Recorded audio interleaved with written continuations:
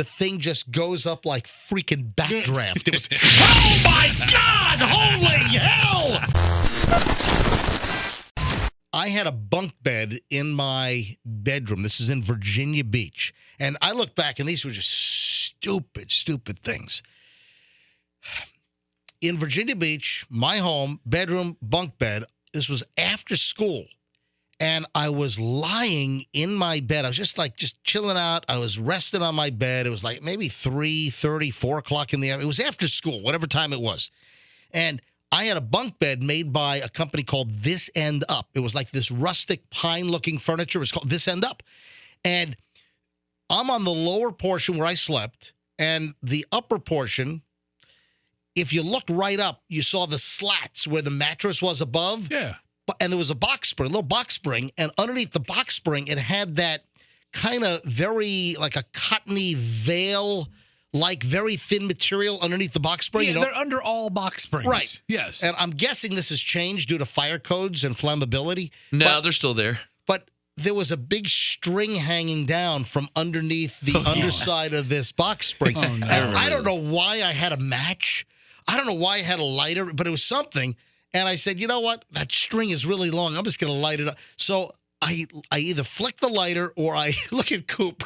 Coop is sitting on I know exactly how this is going to end up. Coop is sitting on the edge of his seat. So me, stupid MJ Todd at 14 years old, I'm like, yeah, look at that long string. I'm going to just give it a little light and watch that thing go.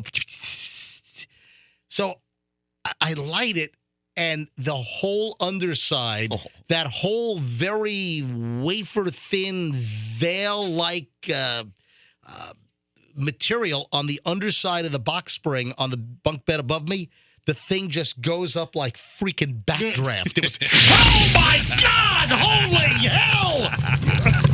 Dude, you're alive. And it had like that blue, you know that low blue flame where it's like, it's like, yeah. And so I suddenly grabbed my pillows and I'm like, so I put it out and there was no major damage.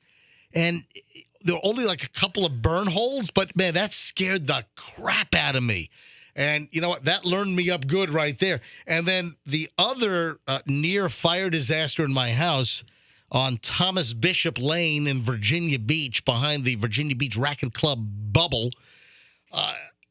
For whatever reason, I wanted to try to replicate Bennigan's mozzarella cheese sticks. And this is like, the early 1980s.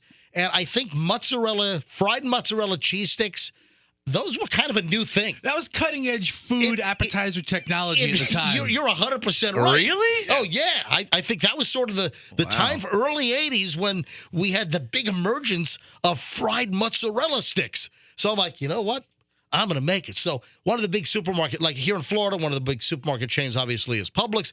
Up in Virginia Beach and Norfolk and southeastern Virginia, one of the big supermarket chains was called Farm Fresh. Tell a friend about Farm Fresh, your remarkable store. Tell a friend about Farm Fresh. I don't know that we need jingles of Virginia Beach supermarkets. I get a big chunk of mozzarella. I think it was like polio mozzarella. And I'm like, I'm going to make my own mozzarella cheese sticks. I don't need to go to Bennigan's. That's right. So I got a pot of oil, just a big old skillet full of oil, corn oil on the stove.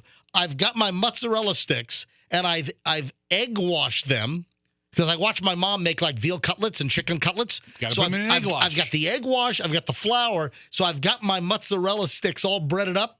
Time to drop them into the fryer. In the meantime, my dad walks in, and he's like, what are you doing? You've got that stove way too hot. That oil is going to catch on fire. And the nanosecond. The minute my dad said that, the frying pan goes up like backdraft. It's perfect timing. It was impeccable. It was like right on cue. And in our kitchen, we had like a plastic skylight right above the center island where the stove was. And the flames are like up. And man, I thought that the skylight was going to melt. Anyway. Did it? No. Anyway, my dad grabs the fire extinguisher out of the pantry, and it's the one that spews out all that white, yellowish powder all over the place. So my dad's like hitting the fire extinguisher, and the kitchen was a mess. That whitish, yellowish, Kidda red fire extinguisher, all over the place. It was a mess. And my dad was screaming at me. My dad was yelling at me. Dude, you're lucky. Have you ever cooked homemade mozzarella sticks again? No, I have never, ever done it again. And then also, it was shortly after that I believe that Fry Daddy technology came. Remember the Fry Daddy, the Fry Granddaddy? Well, it was like a cauldron. It like was a little container, yeah. And oil it pot. would not get hot enough to burst into flames.